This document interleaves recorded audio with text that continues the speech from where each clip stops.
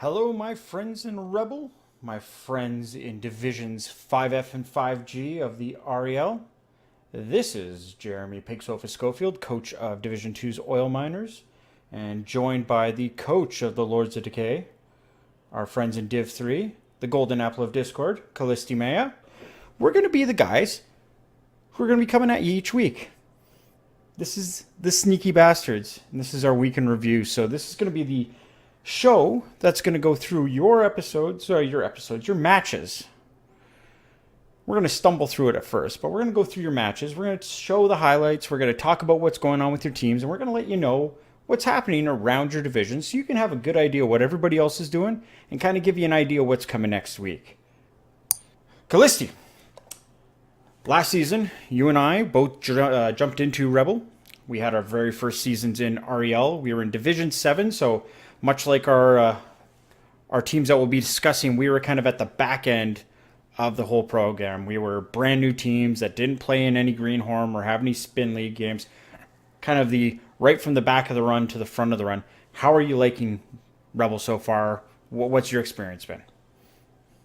Oh yeah, it's been amazing. I started with you in Division 7 last season, and I play rats, you play dwarfs. It was a match made in heaven, and last season it was just about building teams, much like it's going to be building teams, building the team for all of the teams in divisions 5F and 5G, which we're covering. I had a great season. I finished mid-table. And this season, I'm just looking forward to really making my mark and building that team and going through the playoffs. And, all of the teams in Division 5F and 5G just have just as much chance to go through to the playoffs as I do. So looking forward to seeing some of these teams in the playoffs as well. Well, with the expanded playoffs, they actually have a better chance of making the playoffs than we did because we only had one of our teams go through.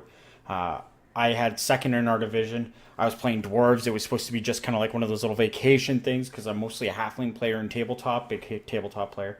But one of the things I really loved about it last season was the recap show. We had Ladeus and Iron Master who were running a weekly show. They were talking about all the teams. That's how I kind of got to know everybody. And once you had that little bit of community built between our division, people in our division tend to have been keeping in touch with each other. We've been following each other in other divisions, and we have like this little clique that's formed. So we're really hoping, or at least personally, I'm hoping that we can do the same thing for you guys who are listening. We want you to be excited to hear your team being spoken about each week. We want you to come and see the highlights. We want you to see what your peers are doing, people that you've beaten. So you can kind of see where everybody's all shaping up and get an idea of what the playoffs are going to look like and what your peers are doing. Not to mention, also watching these recap shows, for me last season, it gave me a great chance to sort of see which teams are doing well and then bounty them and plot for their death. I was basically gunning for you. I saw that you were a threat. So I put bounties on your team last season. None of them paid off, but you take your chances. And but also all of the teams in Division 7 and Division 6 last season, I've been following them all. I'm on good terms with them all, and I'm really rooting for them as opposed to other teams from other divisions. And it's all down to this weekly recap.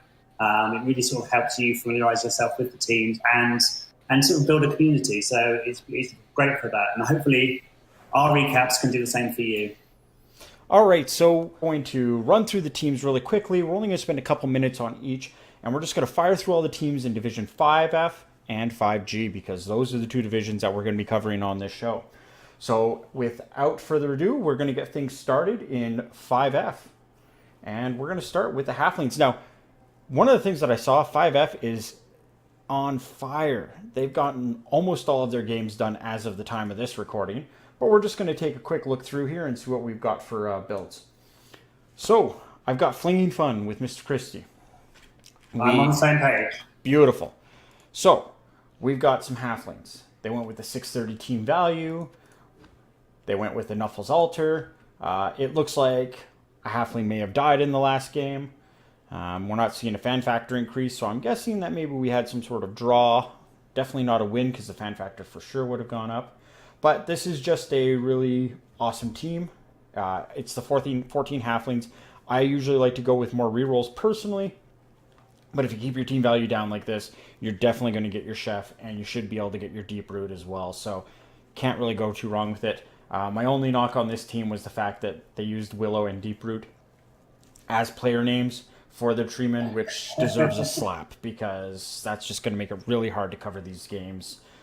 If anyone wants to kill those trees, go for it. Please. Do you have any fleeing experience at all, Kallisti? Me? No. I've played them a little bit, but no, I've never been a halfling coach.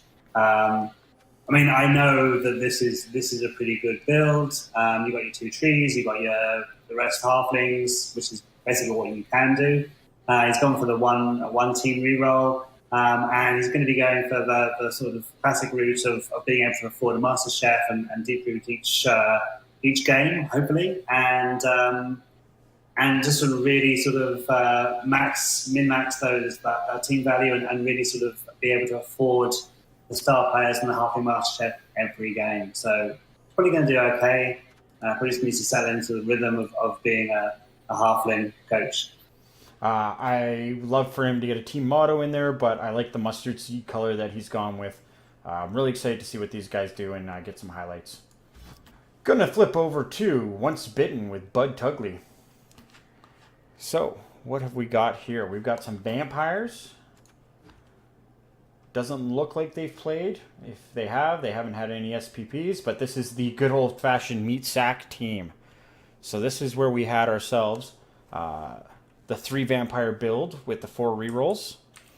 I think that this is a build that I would do if I was going to play vampires. I kind of think 3 is where the happy place is. You've got a bunch of thralls. You've only got a 2-man bench, one-man bench, but you got a bunch of rerolls to kind of make up for it. So I think this is like the vampire build that I make if I think I can avoid rolling 1s. Yeah, I like this. I like this build. I know that we are going to be looking at some other vampire teams, so I would say that this build is pretty good. You are taking a bit of a chance, only having the 1 reserve. I might be tempted to go with 2 vamps, 4 rerolls, and just a few extra thralls, but this is good too. This is good too. Well, this is Bud Tigley here is a fellow named Sean, and he's been playing for 25 years it sounds like. Lots of tabletop, 32-person league, so pretty good league. Usually plays more Dark Elf Necro style teams, so this is going to be kind of a new play for him, but very, very defensive coach, very strategic, really doesn't like to play out of position, so this is going to be some solid play, I'm hoping, from this team. Yeah, I'm expecting good things from this team, as long as they can develop and avoid those 1s and massacring their own team. So you ready to move on to the next team? Yeah, let's move on to the next one here. We've got Shayra and the Ratskin Bobkins. Oh my goodness, definitely something's happened on this team. There's been a game played. There appears to be some rotters missing, it looks like. Yeah, so, Shira played earlier today. So I know that was a very, very recent game. Got the win. Well, that's cool. I see Nurgle, so there's lots of disease. I see a coach that in our survey put down that they like to bash a little bit more than other, and that they only have a few matches, about 15 matches under their belt at multiplayer. So this is somewhat of a new play for them. So this is awesome. Like, this is a single player coach moving into the realm of multiplayer, playing a bash team like Nurgle, it's always good to have the enemy in place. Looks like there might have been a rough start to things, but I'm not going to look at the statistics. I don't want to see if we've had any wins. As far as the build goes, they have the Beast of Nurgle, they have the 4 Warriors, they only have the 1 Pestigore. Obviously, they want to get more Pestigores because those are awesome. And Rotters are Rotters. If you have loner Rotters, there's worse things in life. Like, who cares? Rotters are pylons. Well, I don't know. I've just been playing an Nurgle team, and the Rodders are my surprise hit. I'm not a big Nurgle coach by any means, but they can do surprisingly well, and they are expendable totally. But you can do some fun things with them. Absolutely. Decay is a big deal. I love Decay. If you're going to be beating on Rotters, Decay is great. Like, that's what they're there for. That's where you farm your SPP against this team. But a couple rerolls is a good place to go. And looks like we got another Nurgle team coming right up here with Mork. Excellent. So. I love the color scheme on this team. Oh, yeah. Another mustardy, yellowy, plaggy, pussy thing going on here. The trash can team. Some slop, some dredge, some dreck, some rubbish. He's got a mustard. So Mork has gone for the 3 Pestigores.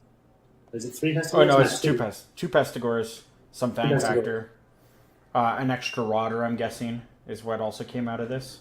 I think you trade the Pestigore and a Rotter for the Beast. I think you have to toss maybe a Fan Factor or 2 at that. I can't remember what the Beast cost. I'm just gonna jump back and take a quick look. Beast is 140. 140, okay. Yeah, so I think that's what you'd be doing. You trade a Rotter, you trade a Pestigore, and you trade your 2 Fan Factor, and you get yourself a Beast instead. And that's how you end up with Shira's build. But we've got Mr. Mork here. Rockin'. Some more Nurgle. I like the naming convention on this. We've just got kind of a bunch of trashy names. We've got some odd names like Space Chaser and Blood Feast. I'm not too sure where those come from. But a Mutard. I thought that was Mustard for a second. Can't read.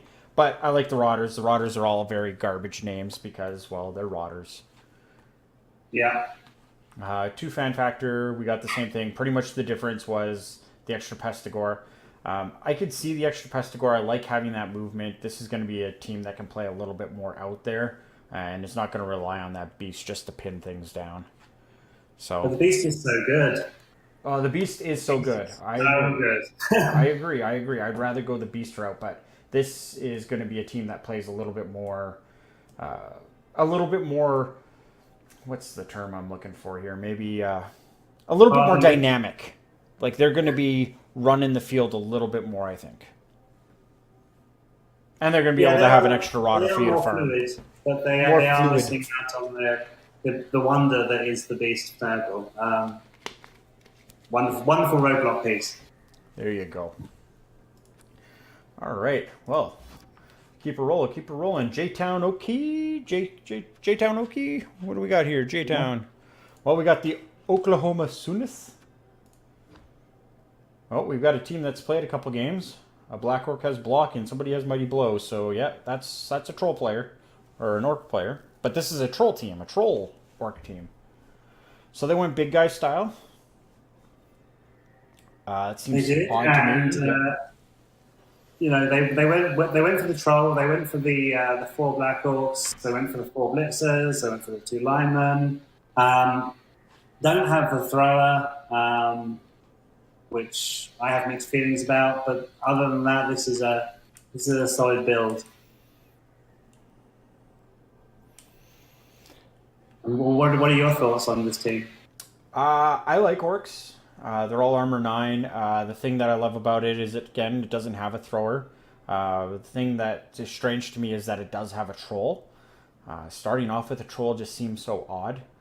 Especially because trolls tend to get themselves into this situation where they need to have a brain follow them around. And with goblins, it's no problem just dedicating a goblin to your troll.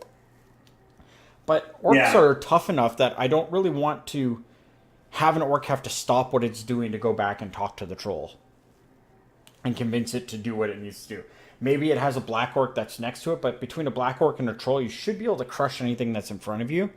And it seems like isolating this troll might actually be easier on a team like this.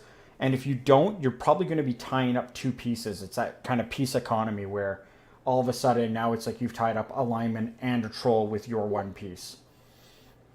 So it seems like this guy here, he's an simple, like he likes to play orcs when he wants to be bashy, kind of in a simple way. He's also done a bit of chaos, so that's kind of one of his things. He likes to say that he's unpredictable because he has no idea what he's doing. So yeah, when he was mentioning out here, he said that he's never used a troll before and he liked to use it because he didn't be going up against a bunch of new big guy teams. So seems an interesting way to go about things. You want to move on to Not So Clever's Harlem Globetrotters? Sounds good. All right. The white, blue, and red Dark Elves. And it's the Harlem Globetrotters colors as well. Yeah. I don't know if these names are supposed to be anything or if they're just pre-done up names. It looks like the default names. Yeah. Seems like a good team. 2 rerolls. Well, blitzers. yeah, he's gone solid. He's gone for the 4 blitzers. He's gone for the runner and West Lyman. He's gone for the two team rerolls. This is pretty much a team I would take starting at 1,000 TV. He doesn't have the Witch Elf. And I don't think I would take the Witch Elf to begin with. I think the 4 blitzes is a lot more solid. Taking the Witch Elf is lower AV. You have Frenzy. It's another dynamic. And once you get that Witch Elf, you really sort of need to build it very quickly. I think it might be nicer to start off with the Dark Elf team and have those 4 blitzers as your solid foundations, and just build them. And then once they're bludged up, or you started sort of getting a few skills on them, then get your Witch Elf, and then have her as your blitzer, protect her, and then build her up to sort of be your superstar. Yeah. Well, it sounds like Not So Clever. He's new to Rebbl. He does have a whole bunch of time playing Blood Bowl 1 and 2, like 300 some odd hours. Normally plays goblins, dark elves, vampires. So he likes to play dark elves for the running game. So interesting. I'm used to AG4 throwing the ball around, but I'm sure we're going to see a lot more dodging and a lot more pounding to get through things. So he likes to do kind of risky plays, it looks like, and then when they succeed, he can troll people a little bit. So I'm all for that. Okay. You want to go to Rebbl Rage Quit? Rebbl Rage Quit? Yes. Some chores. Oh yeah, no, this team is a sight. And I think working off memory, I think this coach is all about the bash. He's about causing a maximum amount of damage and a maximum amount of injuries, and that's why he's gone for the Mino. That's crazy. Well, I like it. The Mino gives, the ability to kind of get some early mighty blow and do some pounding. Doesn't go with any of the centaurs. So that's a bit strange, but the Minotaur is definitely more of a, I want to kill you, I want to see you dead. So that's kind of cool. And it can hunt big game. With horns, it can blitz other big guys. So that's pretty cool too. We've got a fascination with yellow. And then, we talked about this before when we were going through these teams, but he's got that apothecary, and that apothecary, I think, pretty much belongs to that Minotaur, is what we came to the idea of. Yeah. It's basically the apothecary is there to support his star brutalizer, which is the Mino. I was just reading through his survey return, and this guy is all about the bash. It's like his calling card. He's won a number of awards. His his claim to fame is that he's won top of every violent stat in particular leagues. This guy is all about sort of brutalizing you, pitch clearing you, and then maybe picking up the ball to score and win. But that's not his focus. It's a good game for him is lots of injuries. An average game is maybe winning. There we go. I like it. Man after my own heart. Okay, let's go to the taco truck. Mr. Taco with the craziest color goblins. Like, this color scheme, it hurts my eyes, but that's one of the things I love the most about it. Oh, and it looks like there has been a game played. And there is some goblin levels, so that's pretty good. I'm not seeing any fan factors, so it doesn't seem like it might have went very well, but we've got 3 rerolls, we've got 13 goblins, we've got a loony and a bombardier and a fanatic, and we got a couple trolls. No special stadium, so the team value is a little bit high. And I think that's, the bombardier maybe was... I don't know how much I like having the bombardier on the original squad. It's a defensive secret weapon, and I want to make sure that I'm getting my bribes. But he's also got a lot of cash in the bank. He's got 170k in the bank, so if I was him, I'd be definitely looking to start working towards my Knuffles altar. You've got enough goblins, you got enough guys here to kind of play a game, and you might be able to sneak out your 3 bribes against somebody. So I really like what's going on. It's very, very close to the way that I would build a goblin team. It doesn't have a pogo, which is fantastic. I think pogos are really counterproductive towards building up a goblin team. You don't want your ball carrier to be the pogo guy. You kind of want to build up somebody else. So yeah, I like the bombardier. I like actually all the secret weapon players, and I'm sure he's going to get a lot of action with the Looney and the Fanatic. You mentioned the bombardier is a defensive player, but I think that it's good. And I like the Goblin team has that option when they're on defense. It's not all about sort of trying to keep the Looney and the Fanatic on the pitch. yeah, well, with my bombardier, I guess where I go with it is that it doesn't gain SPP very well. Just like the Looney doesn't gain SPP very well. But if you have your Knuffles altar and you have a home game, your goblin or your bombardier costs 10k to induce, which is nothing. So it's kind of one of those things, like, I don't necessarily want them on the roster. The one upside to having them on the roster is if you fluke out and roll your doubles and get Hail Mary pass, in which case they turn into a nightmare piece because they can hit you from wherever. You can just drop them at the end of the field and just start chucking bombs. Yeah. That's an interesting point with the Knuckles altar and just inducing them. I hadn't thought of that, but that's a great point. All right. Taco, I really want to see some goblin craziness. I want to be doing awesome clips and highlights of your game, so gotta love the stunty teams. But let's move over to Oasis. Oasis and the Cleveland Krakens. We've got ourselves some dirty, dirty Norse. Now, I believe this team wasn't in our previous review or preview. I don't remember seeing this team, so I think this is one of those teams that actually hadn't accepted their ticket yet. So this is a fresh look for me. Yeah, they either didn't accept their ticket or they got moved over from G. I'll have to double check that. But you want to go run through the team? I'm going to take a quick peek at my information here and see what I can find out. Sure. So we're starting off with the Yeti, solid choice. And then we've gone for the 2 Berserkers, the 2 Runners, and Rest Linos. Now, I love the Berserkers on the Norse. Yeti can work out. It can be a absolute pain in the ass.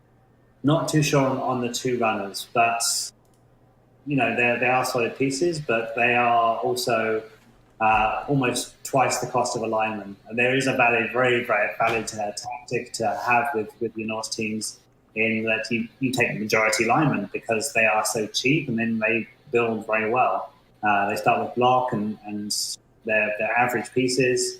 And you have one or two real star pieces in like your berserkers who are absolute beasts. He hasn't gone for the Elf Warners, which is interesting. I might not go for the Elf Warners either, so I'm not entirely disapproving of it, but normally you would see at least one on the team, so this is an interesting build. Yeah, the way I like them is with the Elf Warners and get rid of the Yeti. Like, don't go Yeti. Your team can fight so well that you don't necessarily need to have that, but at the same time, he does have a Claw Police, and there are some Chaos Dwarves, and there's some Nurgles, so that is going to give him a bit of an edge. Just having those Wolves are so good. There's also been a game here, it looks like, because, well, we're short players, so maybe something happened, I'm not too sure. Maybe there was something that we're missing. I don't know how the math adds up, but we're at 920, so he's missing 80k worth of stuff and whatever he bought. He may have bought an apothecary. I'm not too sure what happened, but yeah, we've got a Yeti at least going around to try and break some can opened, or do some can opening on some of the heavier armor pieces. And he might have had the elf because if you look at the match result, he had one death. So there we go. Could have been. All right. Well, the Krakens, Oasis. Yeah, you were in here from the start, Oasis. We missed you again. What's going on with yellow? Everyone is definitely on the yellow. It's a solid choice. I approve of the color scheme. All right. So, we're on to Doc. Doc, we got a werewolf, we got a couple whites, we got some fleshies, we got a ghoul, we got a bunch of zombies. So, whenever you run into a team like this, the question is, why one werewolf, why not two? Is the ghoul really worth having? All that kind of noise. Especially where it comes into is your wolves versus ghouls. Ghouls, obviously, they have the dodge, but they don't have regeneration. They have lower armor, but they can do some stuff where I'm kind of in the mindset of like, hey, can we trim a reroll and trim a ghoul and turn it into a wolf and just have more wolves and have just awesome pieces because wolves are sick. I think werewolves are probably my favorite piece in the game. They are rated one of the better pieces. Like I think it's like top 3 for the werewolves, and I think they're the reason why you play necromantic. If you're not sort of into the werewolves and you're not maxing out on them, then why are you playing necro? You're better off playing undead. But he has gone for a very, very solid build. I mean, those flesh golems, they aren't going anywhere. They're very solid pieces. They also are an absolute nightmare to build and develop. So that's probably been his tactic here is that he's like, well, it's going to take me ages to level these flesh golems. I better get started now. He's gone for the ghoul. I'm not a fan of the ghoul on the necromantic. I probably would have... my build for the necro team would be the 2 werewolves, 2 whites, one flesh golem, less zombies, and then just sort of load up on max amount of team rerolls and go to town. Yeah, no, well, we'll have to see where things go with it. It definitely looks like it's going to be a scary team. I'm always afraid of necromantic early on. And at least he's gone with purple to kind of coordinate. Yeah, kind of coordinate with all the yellow. I think that's how my color wheel works. Let's go see. Obviously one of the favorites for this division, Squid 5 with the Sylvania Slayers. Squid was actually in Division 7 last year or last season and did a reroll. I love he's got the What is a Man at the bottom. So if you've played any Castlevania, you'll get that wonderful quote. But it looks like these are maybe pre-generated names.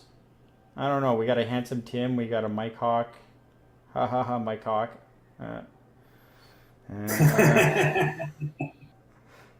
Yeah, we got three vampire. Okay, so this one here is a little bit different than our other vampire. We got three vampires. We've only got three Yeah. rerolls, and we've taken that cash and we've bought some extra thrall. So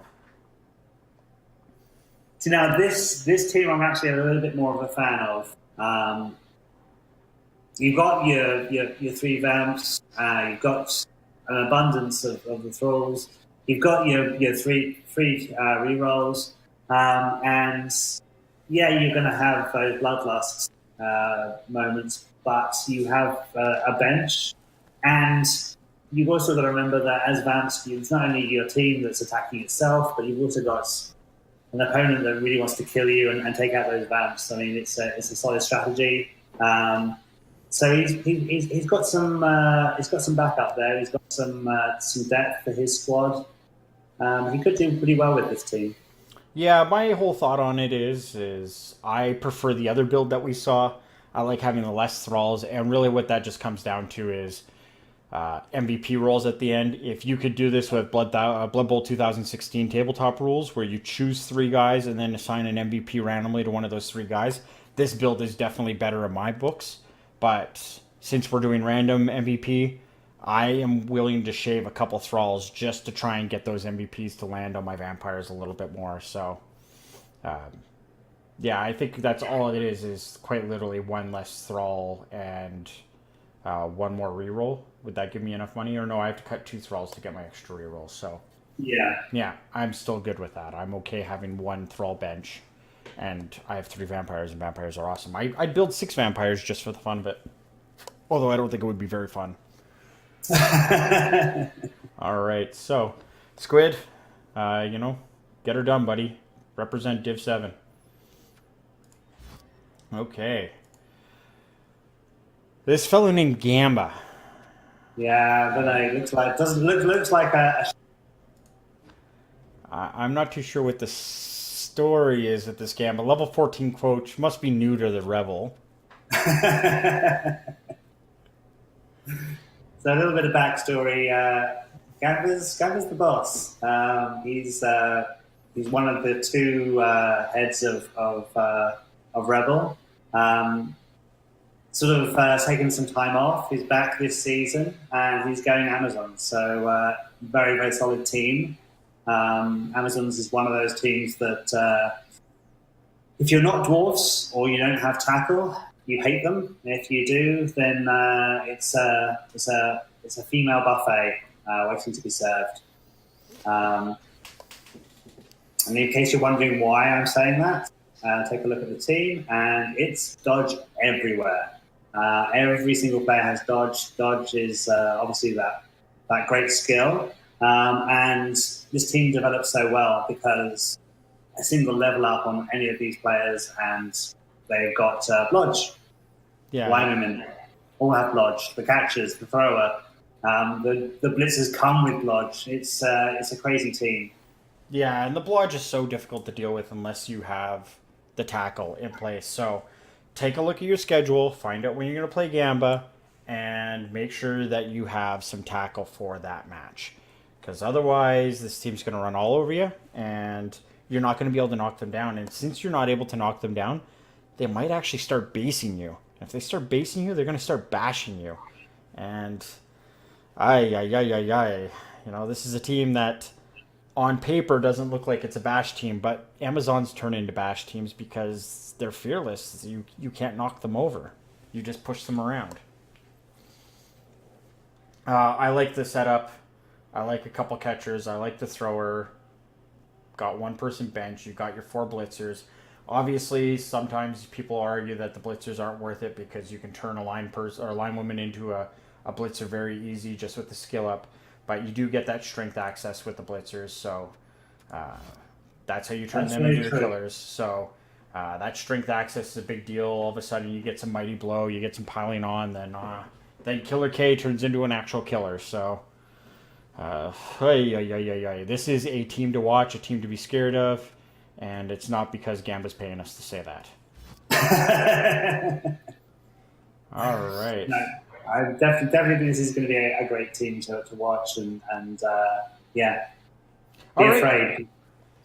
So that was 5F. That's the lineup. We got 3 admin teams in there, so they're just admin teams. Don't worry too much about them. Before we skip over, what do you got to say about this division? What are your likes, your dislikes? Um, what's your thoughts? Okay, so I love the prevalence of the yellow color scheme. That really works for me. Teams that I think are going to do well. So I have 3 picks. One is Gamba's team. I think that the absolute onslaught of Dodge and Amazon start so strongly. I think that a lot of teams are going to be sort of caught off guard by this team, and they're going to. And Gamba's a great coach. I think Gamba's going to do very well with this team. Other pick is the Harlem Globetrotters. Dark Elves, another great pick for the start of the season. If Not So Clever is clever about how he plays his games and builds his team, Dark Elves start strong and they can stay strong very easily. And then my final pick is J-Town Oki, the Orc team. Orcs are, again, another very solid team, and I've got a feeling that J-Town Oki is going to knock it out of the park this season. Yeah, J-Town, if you're new to Orcs, I think you said you've actually played them a bit and stuff, but you go up against any of these agility teams and they start running away with the ball, just start beating on guys. Make them score that touchdown. Make them score it quick so that you can get the ball back. And if not, you just hold their pieces hostage. Just wail on them. But yeah, as far as things go, we got a pretty bashy division here. We got a few outliers. Like, obviously, our Amazons are not bash, but they can turn into bash very easy. We got our Dark Elves, which are, a badgy agility team. Vampires, I put more on the agility side because of the way that the vampires are going to operate themselves. Halflings are an agility team. Goblins are kind of an agility team, but goblins are more like the bashy, stunty team. So we just have a lot of bash. We got a couple Nurgles and Orcs, a couple Dwarves. We got a Norse. Or so we only have the one Dwarf. I think we actually lost a Dwarf in the process of this whole thing happening. We got some mixed teams, So we got a little bit all over, but I guess the team that I'm most excited to see play out, I think Bud Tigley has a chance to do some stuff. I really want to see what's going on with the vampires. I like the build. I think you're right in that those 2 agility teams are kind of like a big deal in the Dark Elves and the Amazons, even though they're not really agility. And then Necromantic, that team just seems like it's got the tools to go far in this division, to scare people, just because it can have access to 2 claws. So I think Doc is going to be the real deal, but I'm probably going to be watching the Fling games more closely than anything. So yeah. So let's do a bounty from each one of these, because the bounty board is another way that you can kind of draw yourselves in. You put things up, makes people care about what other people are doing, and when you start to care about what your opponents are doing, it's an awesome thing. Also, if you see somebody's coming up down the road and you're like, geez, I don't want to deal with that claw on that werewolf, maybe I should try and pay some people off to give them an extra foul or 2. That's a good way to try and get rid of some problems that you might be facing down the road. So, who do you got as a bounty target on this team? Okay, so I'm going to be a little bit evil with my bounty target. So, Shira, I am going to place a bounty on your Nurgle. Because if people aren't sort of squaring up against this thing and trying to take it out, they're going to regret it. So I'm doing you all a favor. I'm going to place a bounty to give you some more emphasis, some more drive to take this thing out, because it's going to be a nightmare for you if you don't. So what piece is going to get? The Beast of Nurgle. The Beast of Nurgle, Rocky Road. Yeah. Old Rocky Road is going to get a bounty. Well, I'm going to go with the big guy as well. And as much as I love the halflings, you just don't call a tree that isn't deep root. So deep root shakewood, you're getting a bounty, buddy. I know killing a tree is going to be difficult, people, but you knock them over and then you foul them out. That's how it works. So Have at her. All right. With that being done, let's move on to our friends in 5G. So, we're going to start off with some vampires from Dire Sickfish, BioWare for Life. Kind of yellowish, but more brown. But best characters. So this is definitely, oh, there we go. We've got a BioWare characters bonanza. And this is the, I don't know if this is the lunatic version of 3 vampires, where you're playing just 11 players, 3 vampires, 8 thralls, 5 rerolls. Upside, you got all your rerolls paid for, so you don't have to worry about that ever again. Downside, you got no bench, and your vampires are going to try and eat all your guys. I like this because you roll a 4, so if you can manage to win some fame and then roll average on a dice at the end of the game, all of a sudden you've got another thrall, and hopefully nobody murdered one, or you didn't murder one of your own. But you could start to build up, and once you start getting some thralls behind this team, that's pretty good. What are your thoughts? No, I agree. That's some good insight there. I think this is, has this team played yet? It doesn't appear to. It doesn't look like it has. Okay, so Dire Sickfish, this first game is probably going to be one of the most important of the season. I'm not sure who you're playing, but it's either going to go amazingly well for you and you're going to be right on track for an amazing season, or it's going to go terribly and everything's going to go down the pan very quickly. As Pigsofa was mentioning, you have no bench. You have 5 rerolls, but that 5 rerolls doesn't stop anybody from the other team from bashing your guys' heads in. So, So pray for AB10 and hope for the best. And if you manage to get through the first game well, you win it and you get a nice bank, then you're good. You're golden. Yeah, so Dire Sickfish is actually one of our ringers. He was playing High Elves in Division 2 last season, had to re-roll, and pretty much he's kind of in the whole spot because vampires, he feels, are the best single piece in the game, so if you can start leveling them up, they're kind of insane. And the way that he's built it up is, again, he's focused on the reroll or on the long haul. So he wanted to have all the rerolls early on so that he can just focus on kind of building things up from there. He says that he's hyper active, hyper on defense, hyper on offense, and kind of transitions back and forth. So yeah, this should be one to watch. Definitely, this is a scary team if you see it coming up against you. Let's move over to some orcs that look to be short some team value. So I'm guessing that they've got a game under their belts, and yeah, they've got some banged up guys. But we've got 4 black orcs, 4 blitzers, 3 linemen. No thrower? Maybe he had one before? He's broken them out. Have you noticed this? He's actually doing us a kindness. We don't have to sort of look through the team and wonder which is which and sort of make some sort of mental calculations. Yeah. We've got the 4 blitzers, the 4 black orcs, the 3 linemen, and they're all segregated. It's nice. So, based on what we've got here for money, $890.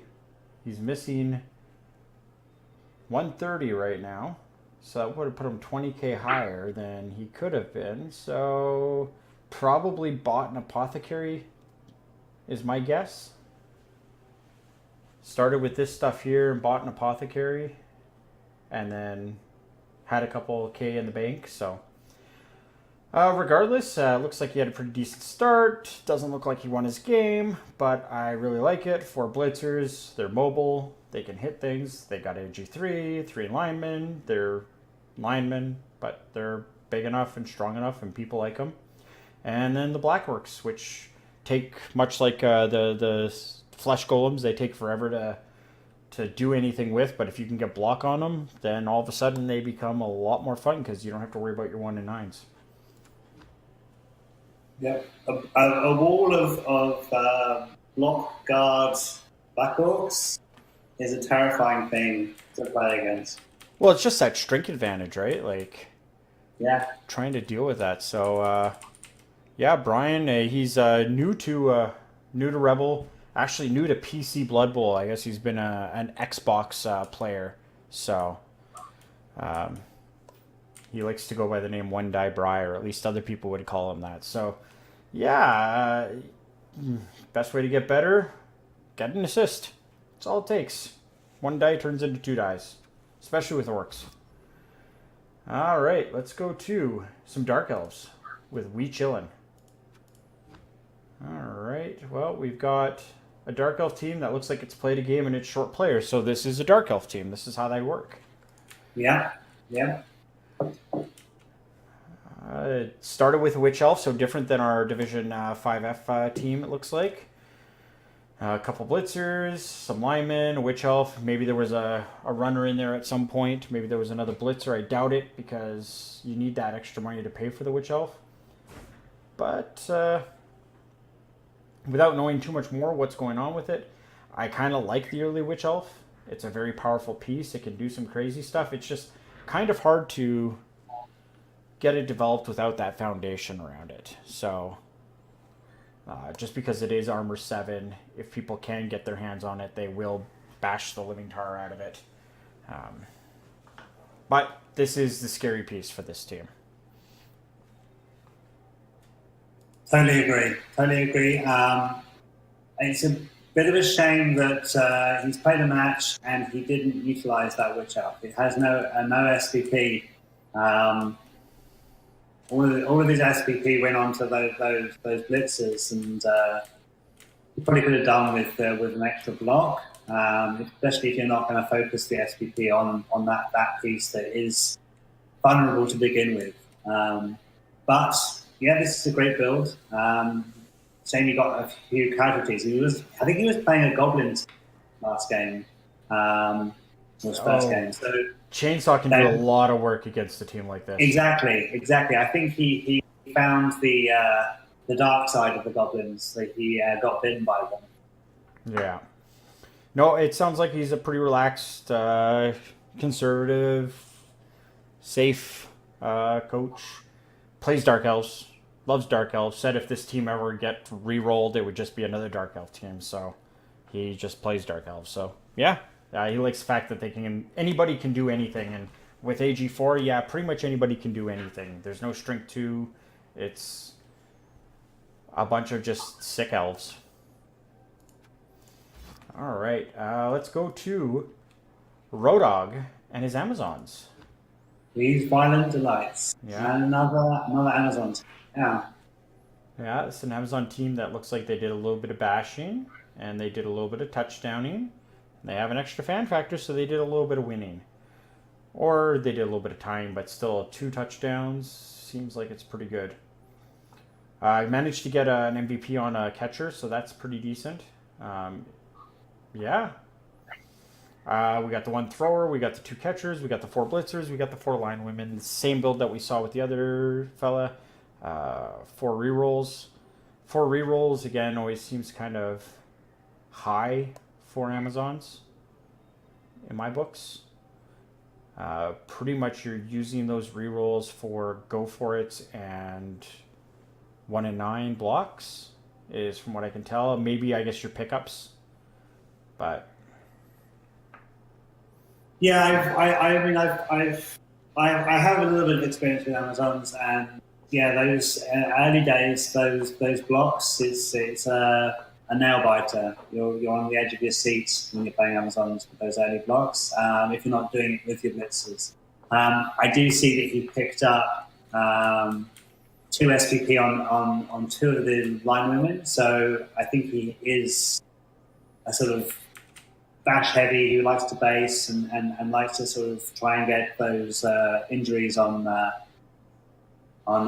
his line women. So he's got 2 SPP on 2 pieces. So he's probably had a pretty physical game. Sure, he's going to do well. It's a good team. yeah. So Rodog here did a rookie season, then got put into REL 2, then managed to go up into Div 1. He had some dwarves. The dwarves did not last, so the dwarves died. Wanted to play Stunty, but saw that there was a bunch of Stunty out there, so decided to go into Amazons. Yeah, so doesn't play any tabletop, but he's got about 4 seasons of like multiplayer leagues play. Is doing pretty good. Yeah, pretty crazy. Let's move on. This is a team with an experienced coach who kind of got up there, so Amazon's disgusting. Now we have I Chab. expect to do big things from them. So yeah, so we're moving on. We got I don't know how to pronounce this, guys. Chabooks. I think the last time we looked at Chabooks, he didn't have a team, so we're actually going to get to look at this for the first time. But we're going to go with Yeah. Chab is playing his first time in Rebbl. Team roster. What do we got here? The horse, the beef, the cow, the bull, and Beastman. 3 rerolls. This is a chaos team that is fresh out of the gate and hopes to do something. This is a team that's going to get run around on, it's going to get dunked on, it's going to get all these different things on because it has no skills. So that's the plight of chaos. Until they develop, they kind of suck. But when they do develop, they're very scary. It's kind of like, I think the biggest variance between starter team to TV 2000 team, like TV 1000 to TV 2000, I think Chaos has probably the biggest swing. Would you see? Yeah. Yeah. I totally agree. I mean, yeah, this is a very standard but safe chaos team. If you can use the word safe with a chaos team, he hasn't gone for the Minotaur. He's probably going to get a lot of congratulations and thumbs up from the other veteran coaches in Rebbl. I know that a lot of chaos coaches won't go for a Minotaur. Kind of not as widely taken.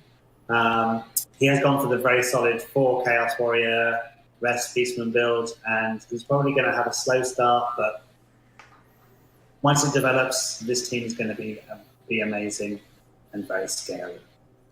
Yeah, this is a build that he did just because he wasn't sure what he was going to be getting himself into with the other people in the division. So this is a conservative play. Wants to make it into the playoffs, do well coming out of the division, but understands that he's playing Chaos, so that could be tough to do. Yeah, this team is definitely a grower, not a shower now. So let's move on to Blarg. Blarg Rag with Lizatekas. Doesn't look like they've played yet, so that's fantastic. We've got some Lizardmen going on here. no, they've played. Oh, they have They played? won. Yeah, they won the first game. Lizatekas? Yep. They don't have any SPP. Oh, they don't. So, SPP on a dead guy? That would be so ironic. Oh, or you know what? Maybe it's a case that the game never got confirmed. Yeah, I'm looking at the match history, and it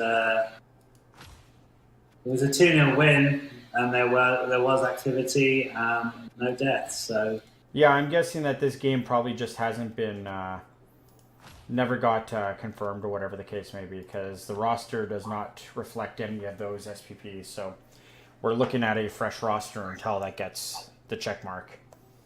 right. So we've got the Croxagore with a bunch of Saurus and some Skinks. 2 rerolls.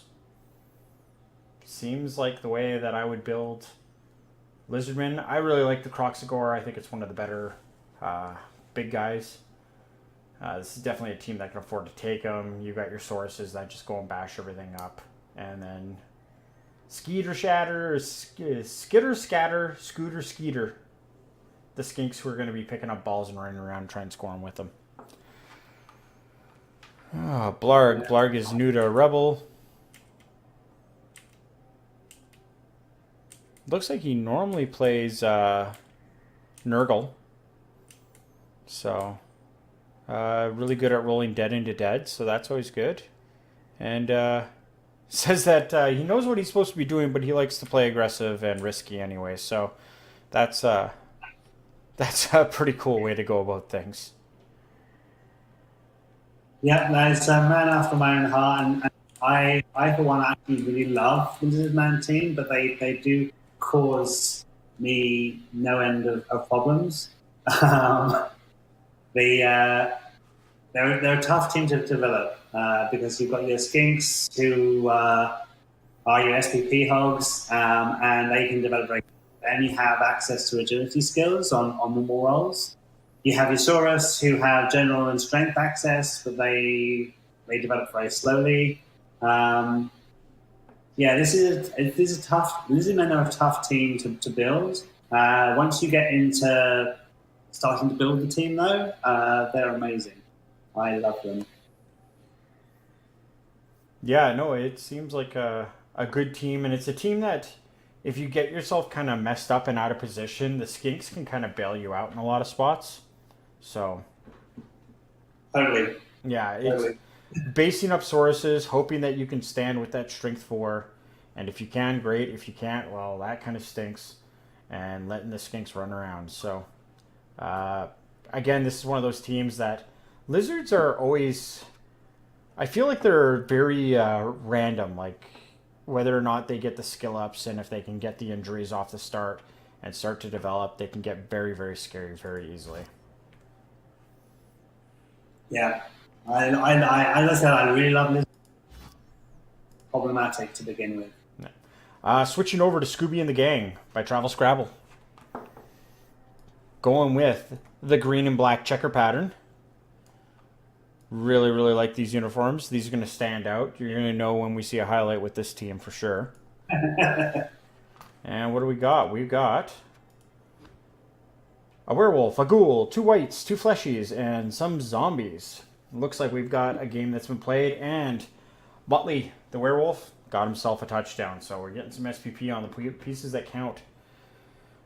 This, again, is a very similar build to the last necromantic team we saw before.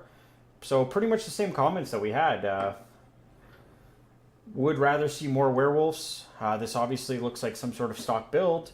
But I would love to get rid of a ghoul. I'd love to get rid of maybe a reroll and buy myself that second werewolf and say, sorry Shaggy, sorry ghouls. We're just going to go wolf instead. Yeah, I agree.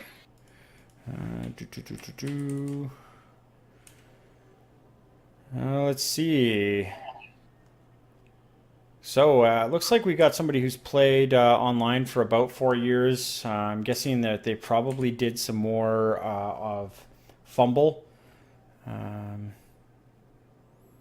Winning Big Crunch with Skaven on BB Tactics after 10 season, and the OFL with Slan. So we got somebody who's got some experience and some experience with winning. And, yeah, really good at stalling out the clock. And, yeah, it's... wants to make the playoffs, wants to be remembered as a champion. That's a good way to go about things.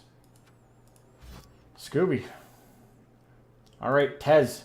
Hey, shout out to Tez. Tez was in our wonderful Twitch stream that was an abomination. It was a dumpster fire. It was yellow jerseys, and it did not go well. So, Tez, you stuck it out longer than most should have. So, awesome on you. Looks like you have had a bit of a game going on here. And let's see, 1, 2, 3, 4, 5, 6, 7, 8, 9. You're missing rats. You had them, but now they're gone. I'm guessing they died. I'm guessing one of them was a stormburn. Yeah, so that's a rough start, Tez. That's a really rough start. Oh, even better. I don't see an MVP, so I'm guessing one of the dead guys got that too. Yeah, the Stormvermin got it. Oh, great. Yeah, okay. Yeah, that's a terrible start. Yeah, so your build was Storm Vermins. It was 4 Gutter Runners, and it was Linemen, and it was 3 rerolls. It looks like maybe the Apothecary too. I love your build. Great build. Like that it doesn't have the Rat Ogre. Not huge on the Rat Ogre. I do like to take them when I play tabletop every now and then. But the Storm Vermins, the 4 Gutter Runners, and the Linemen, you can sometimes go for... Actually, I don't know if you had a thrower, but I like the thrower as well. Every now and then. That's my build. I go for 2 Storm Vermin, 4 Gutter Runners, thrower, rest lineman, 3 rerolls, apothecaries, everything I need. I don't have to buy another player. I don't have to buy any more positionals. It's basically I can run for the rest of the season with that build. Yeah. I love that he went for a very, very similar build. Shame that he got clobbered. But you can rebuild, and you are getting some nice SPP on your gutter runners. Once they develop a bit, you're going to be laughing, because gutter runners are, in my opinion, the best piece in the game. They're not the best starting piece, but they are the best piece long term overall.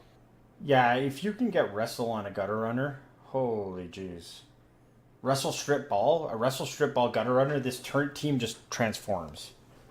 The wrestle strip ball gutter runner is the sickest ball hound. Ugh. Yeah, I've got one of those, and it's he's unexpected. You'd be surprised how many teams I play, and they don't realise that I've got the wrestle strip gutter runner, and then I just walks into their cage, and I think it's like a 97%, even 90% even on a 2 red die that I'm gonna get that ball. So very, very strong piece. Yeah, pretty gross. Let's move on to some goblins. Max Adams.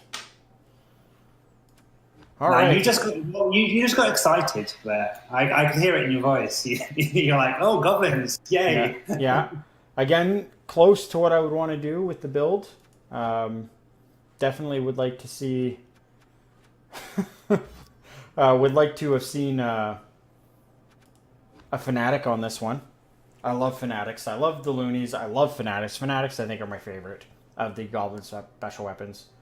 But he does have the bomber, so we're going to pretend like he's going for the Hail Mary Bombardier, which I think is a very noble goal, especially if you're going to be building a team that you're hoping to play multiple seasons. We've got our Trolls, we got some Goblins, we got a bunch of rerolls. Our team value is a little bit high on this team, but we should still be able to jam our bribes. Like, if we can get our 3 bribes, that's fantastic. For those who don't know about goblins, one of the goblins' special abilities is that they get bribes for 50k instead of 100k. So they always want to have that 150k. It's kind of like halflings want 100k for their chef, and goblins want to have 150k for their bribes.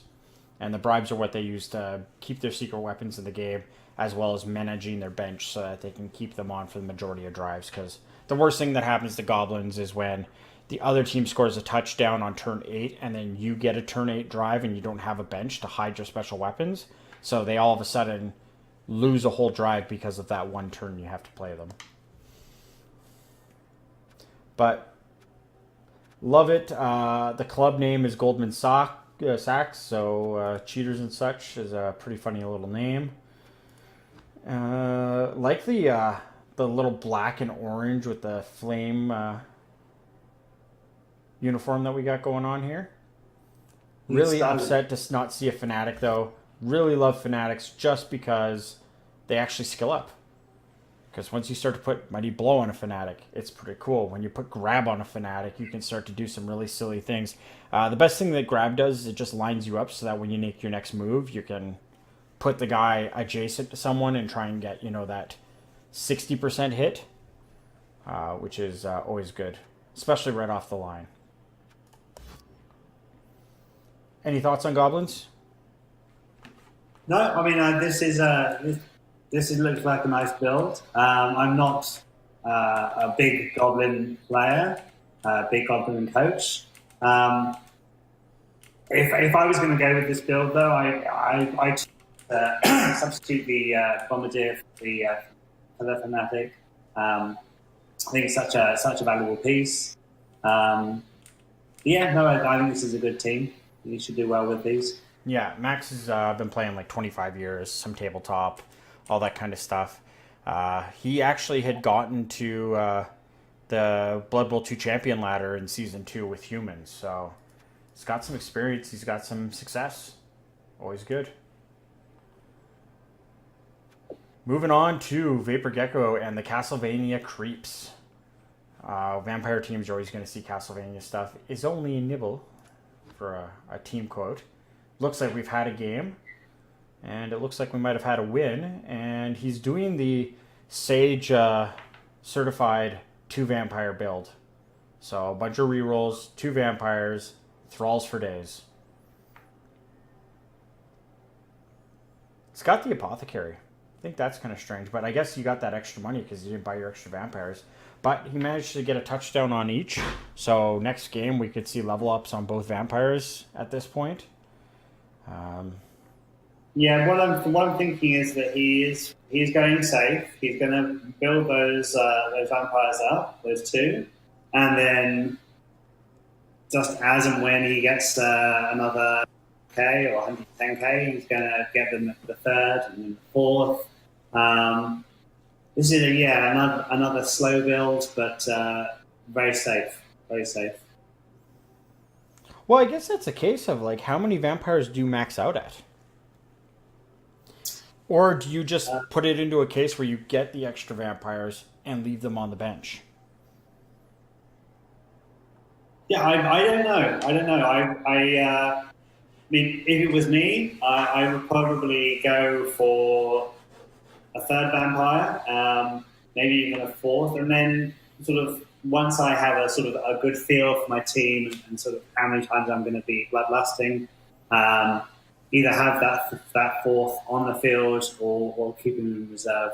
No, forget that. I would always have him on the field. So I guess the last piece to it is just in general for all the vampire teams, how many of them are going to do the first skill pro, which I've seen in some tabletop? I think pro is a good choice, but I think you need to go for your block or your dodge or you block your dodge. Maybe sort of invest. Start sort of putting them down a job path. So you're going to have one that's going to be your sort of your killer or your blitz piece. One that's going to be your sort of ball handler, stroke thrower. One that's going to be a ball hawk. And then sort of once you start developing them down a job path, then go for pro. I don't think pro is going to be a first skill though. I could be wrong, but we'll see what people do. If I was going to play something crazy like 6 vampire, I'd probably do first skill pro if I could manage to play more than like 3 games with them. Wolf Rama Jax. We've got the blue and yellow. I think that this is an acceptable use of yellow. Time to ride the lightning. Thunderstrike. We've got ourselves a team that doesn't look like it's played, so that's awesome. And this is Chaos Dwarves the way I know Chaos Dwarves. 2 Bull Centaurs. Our max complement of blockers and 3 hobos. The hobos get to play with the ball. They might give it to a Bull Centaur because Bull Centaurs are kind of your best ball carrier if they can get the ball. And then you got a bunch of Chaos Dwarves to base things and kill them. So, sounds pretty good. He's got an apothecary to kind of keep things alive, and maybe hobgoblins. I doubt hobgoblins are going to be wanting to keep alive. You obviously don't want to have to pay for new Bull Centaur or blockers that start to develop. But, yeah, got a bit of a team here. See, now I would probably go a little bit of a different. The last 12th team we looked at, he was throwing the rule book out and best practice guides, so I wasn't going to mention it. But this team, he's gone for the 2 Bull Centaurs, he's gone for the 6 blockers, less the hobos, and he's gone for the two rerolls. I personally would go for 3 rerolls. I drop one of the Bull Centaurs for the moment, replace it with a hobo, and then And And the then reroll? as and when I got the money, I would get that second bull center. But the 3-team rerolls, surprisingly, because it is half your team is made up of dwarfs or chaos dwarfs. But the three-team rerolls is vital for me at least. Um, If I was going to cut the third or the second Bolt Center to do what you're suggesting, I think I might also cut the Apothecary and just get another Hobgoblin. Because now I'm playing with 4 Hobgoblins on the field, I want to have a bench. Because they just die. Hobgoblins always die. But, again, that's Chaos Dwarves. I love the color. These guys are going to stand out. I like it when they stand out. They're going to be really good in clips. Wolfram, do we know anything about him? He did the thing. Lobo, he likes to go. He's been playing for a couple months. He likes playing halflings. He likes throwing halflings. Greatest bubble moment. One game I was in, I never rolled double skulls and thought it was the best game ever. His goals are to get a win. Yeah. Definitely likes to poke fun. I think this is going to be a fun coach to play against. I'm really looking forward to chat logs with this coach. I think this coach is going to be a little bit of a chatterbox. I hope so. I All hope right. so. Let's move on to the next Chaos Dwarf team. Fizzle P. A baby a day keeps the apothecary away. That's kind of grim. Jeez, it's quite a quote. Going with some really busy armor on these guys. And we got some bulls. We got some dwarfs. We got some hobgoblins. We got an apothecary. We got a reroll. We got the exact same team that we just saw. And it looks like a bull center got a touchdown. So, that's pretty cool. 2 casualties on the same dwarf blocker. That's pretty cool too. Bit of a side note, and I may be wrong, but I think the Chaos Dwarves got a third bull center model. Oh, did they? If you look at Fluffy Eater of Souls, that's not a model I've seen before, I think. And I played a Chaos Dwarf team in another league like a few weeks ago. So I should be pretty familiar with them, and I think that's a new model. Cool. So, cool. But yeah, we just saw, again, this same kind of team, very similar build. He's got money in the bank, so if he wants to pick up another Hobgoblin, he can. Yeah, he could even just start saving that up to try and get to that extra reroll that we were talking about. So he's going to need a few games to get to that point. But at the same time, I don't think he really needs to worry too much about attrition. I don't think he necessarily needs the bench. This division seems like it's a little bit softer than our other divisions. So not softer as in worse players, but softer as in, oh my god, they're not hitting me so hard as the other guys. Yeah. And looking at his stats, he's played one game and he's got a lot of XP. Especially since he won 1-0. I'm going to take a quick look at the SPP games. So 10, 40, got 16 SPP in a 1-0 victory. Yeah. He wants to be the guy who kills all of the bounties in his division. He wants to kill things. He wants people to remember him as the guy who likes to bash things. And he picked Chorfs because he couldn't pick Chaos because there's so many Chaos, so he just went with the stunty or the stout Chaos team. Well, the next team is the Chaos team, so maybe this guy took his Chaos spot. Yeah, and we got a Ziggy team. We got a Minotaur. We got 2 Chaos Warriors and some Beastmen. I'm guessing that there might have been a third Chaos Warrior in there who did not make the cut after game 1. And I don't see any star player points. So is this a case of another dead Chaos Warrior eating an MVP? Yeah, we had another dead MVP. Oh my lord. Yeah, so we'll touch on that a little bit closer. Yeah, terrible. But this was a Minotaur, 2 rerolls, So he had cut a Chaos Warrior to make room for a Minotaur. Looks like he got bashed up a little bit. Doesn't look like he completed any casualties. Doesn't look like he got anything going in this game. So Oh, rough I start. think this was a bit of a grudge match. Really? You know, our previous coach was a 12th coach. He said he wanted to play Chaos, but there were too many of them, so he couldn't. Oh. And now he's playing this Chaos team, and he killed that Chaos Warrior. He's like, I would imagine he's like, yeah, if I can't play Chaos, you can't either.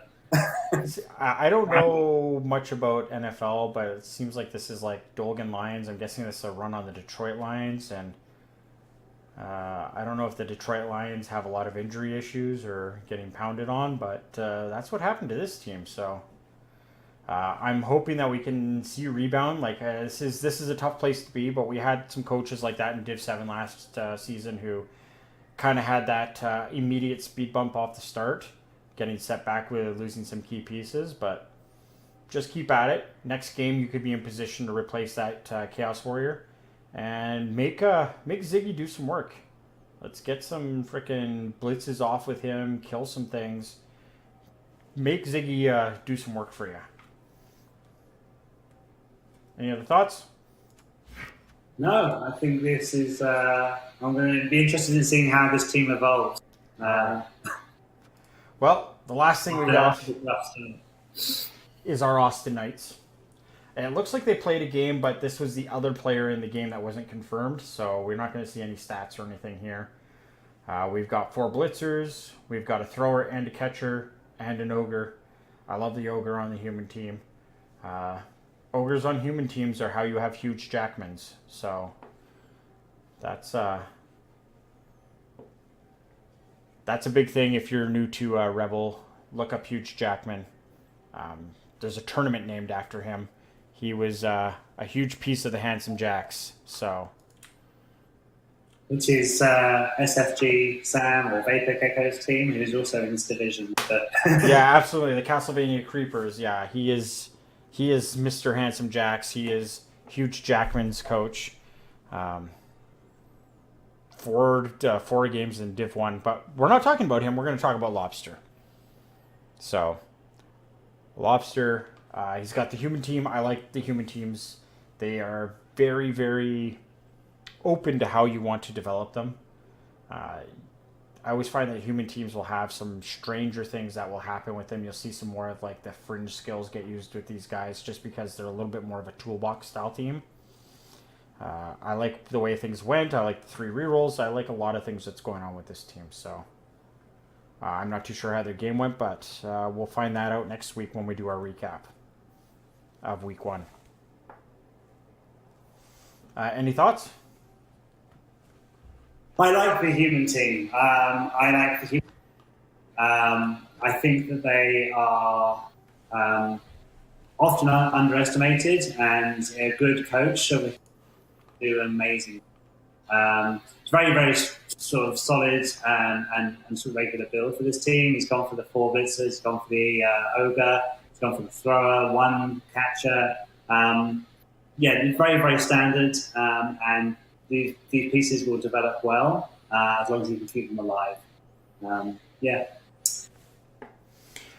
All right.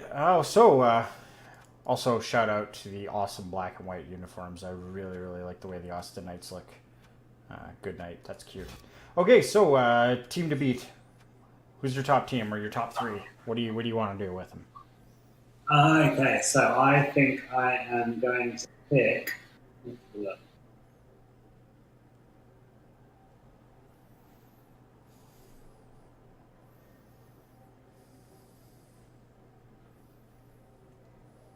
These Violent Delights, the Amazon team.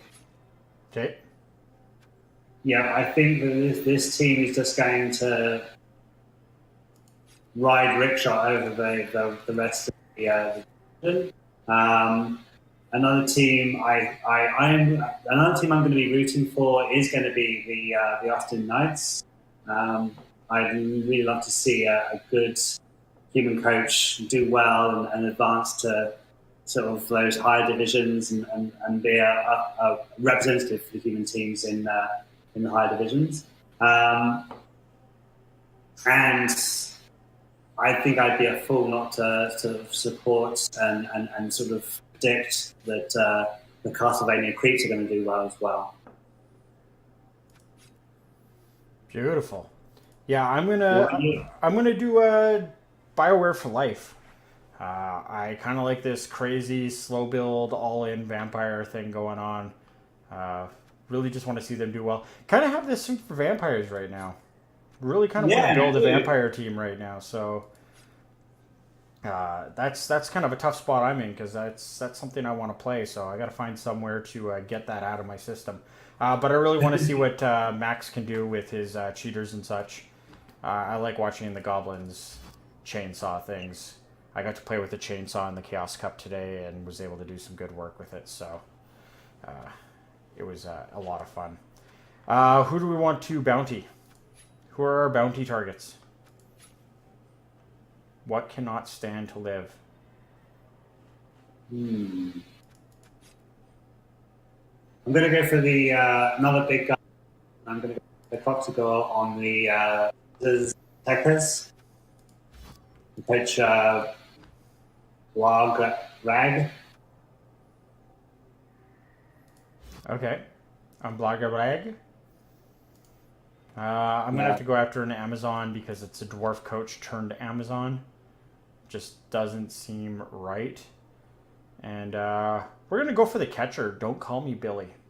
Got MVP. Has this whole kind of don't call me Billy thing. I don't know what the story is with this, but I don't want this. This violent delete team can go. So you can't take a shot at Ed Harris. So we're going to go after Billy. And I'm calling him Billy. You're after Billy, okay? Yeah, or maybe it's like don't call me on the phone. I don't know. No, I don't think it's don't call me Billy. I think it's it can't be. This catcher has a nice attitude. Yeah, it would be the whole quote would be the Billy would be inside the quote. So I think it's maybe don't call me Billy. All right, so maybe we should have Rodog on here so we can just ask him that one question. We're gonna have to find out. Welcome to the show. By the way, there's only one thing we want to know: is it don't call me Billy, or is it don't call me Billy? So that's covering the two divisions. But to give you a quick heads up of what we're going to be doing this season, we're going to try something a little bit different that we haven't seen with any of the other recap shows, and we might drive ourselves mental trying to do this. But we're actually going to try to do a highlight reel. So the best thing that you guys can do is get at us. If you do something really cool in a game, like you have a series of play, a couple turns or something like that, where you do something completely ridiculous, let us know. Send a PM to Kallisti. Send a PM to me because I'm going to be watching these games and I'm going to try and do it while I'm awake, but chances are I'm going to do it while I'm asleep and I'm going to miss some really cool stuff. So what I want to do is get these things, make some clips. We want to sports center this up, make it really fun. On top of that, we're going to be doing some 3-stars. So this is going to be using some of the fantasy point systems. If you're not involved in the fantasy system, it's already too late for that. But next season, you're going to be able to play some Fantasy Blood Bowl, which is fantasy football for fantasy football, which is super meta. On top of that, we're going to do team recaps. So it's kind of very similar to what we're going on about here right now. And I think we're actually watching somebody do Skype messages to me, so that's pretty entertaining. But yeah, we got team recaps. So what we've just done, we'll go through, we'll watch your level ups, we'll see what's going on, and we're also going to do matchup discussions. So we're going to find out who are you playing next week, who are you playing week 1, or week 2, week 3, whatever the case may be, and just kind of throw in our 2 cents of what we think the match is going to look like, and what are going to be kind of the important things that people need to tackle in those things. Aside from that, we've got some upcoming stuff coming as well. There's a 1-minute league that's going to be starting up. So if that's a way that you need to get some of these other teams that you might have in your mind, or if you're getting the taste for this and you're like, oh, I want more, take a look on the announcements on the Discord. You'll see a link for it for the 1-minute league. I'm sure you can also find it on the Rebbl board on Reddit. Yeah, definitely. Check out the 1-minute league. It's going to be a lot of fun. it also, for those newer coaches, playing in a league, in a tournament that forces you to think fast is going to help improve your game considerably.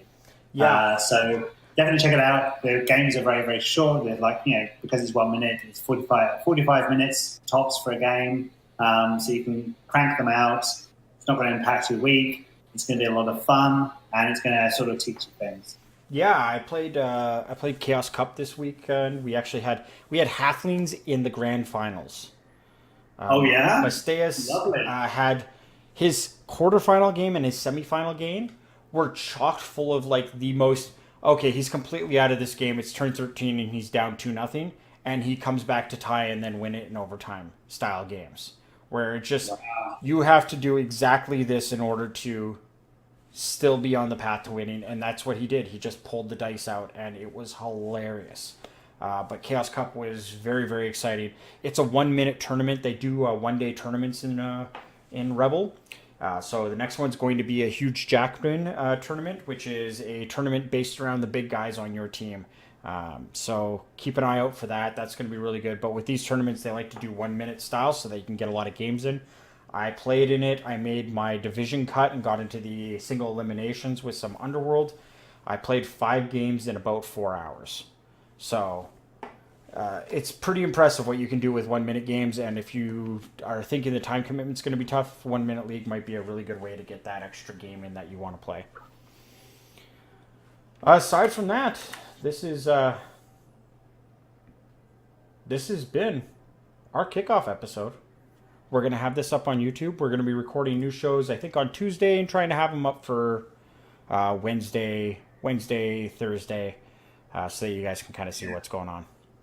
That's our game plan. We're aiming for recording on Tuesdays and releasing on Wednesday, maybe probably Thursday, just so you can sort of put that in your mental Rolodex. It should be a lot of fun. Hopefully we're going to have, in future weeks, we're going to be covering everything that Pigsofa had mentioned. Maybe if some of you are interested in being a guest host and joining in on the fun, we'd welcome you to come in and join us and add your own perspective to the show. And this has been the preview episode. I'm Kallisti Maya, and I have been joined by the wonderful, the amazing, the very deadly Pigsofa. All right, guys. We'll see you next week. Thanks a lot.